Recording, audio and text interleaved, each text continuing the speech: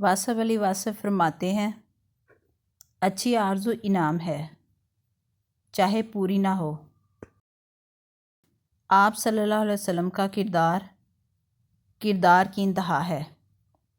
آپ صلی اللہ علیہ وسلم کا ارشاد کی انتہا ہے۔ کامیاب مسکراہٹ میں بڑے آنسو پینا ہوتے ہیں۔ پرسکون انسان مقام صبر کو بھی مقام شکر بنا دیتا ہے۔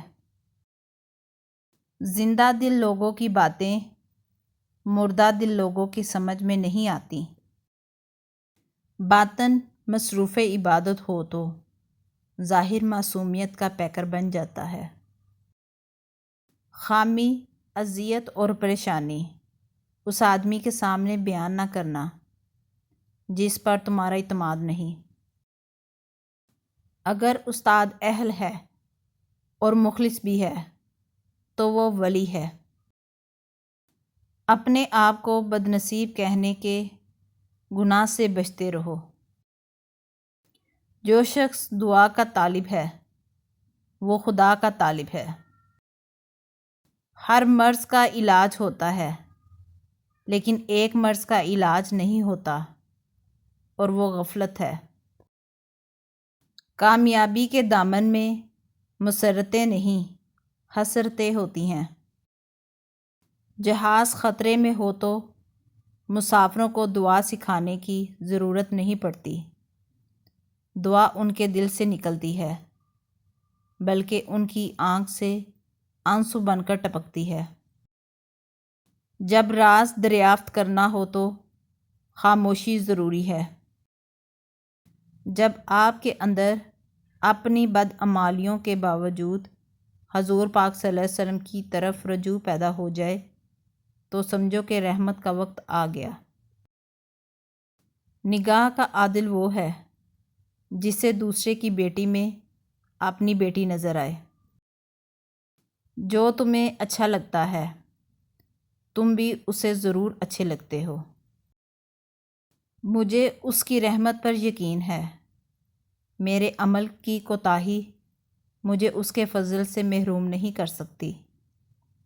اس کی عطا میری خطا سے بہت وسیع ہے۔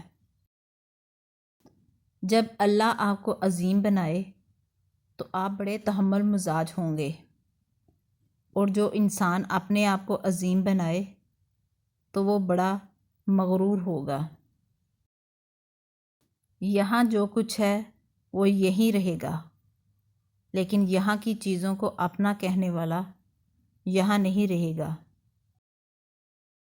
حاصل کی تمنا، مقام کی تمنا، مرتبے کی تمنا، شہرت کی تمنا اور چاہے جانے کی تمنا کو چھوڑ دو تو غم ختم ہو جائے گا۔ نیکی تیرے دل کا نام ہے، تیرے اندر کا نام ہے، تیرے باطن کا نام ہے، تیری نیت کا نام ہے اور نیت اللہ کے فضل کا نام ہے۔ سب سے بڑی قوت برداشت ہے۔ سب سے بڑا عمل صبر ہے۔ سب سے بڑی عبادت تسلیم و رضا ہے، اور سب سے بڑا حاصل اس کا فضل ہے۔ اللہ آپ پر مہربانیاں فرمائے۔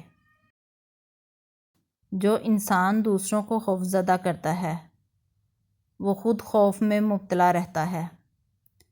جو طاقت خوف پیدا کرتی ہے وہ خود خوف زدہ رہتی ہے، اور طاقتور کو کمزور ہونے کا خوف کھا جاتا ہے۔ طاقت کا استعمال خوف کے ساتھ نفرت بھی پیدا کرتا ہے۔ کمزور انسان کی نفرت ہی طاقتور کے لیے خوف ہے۔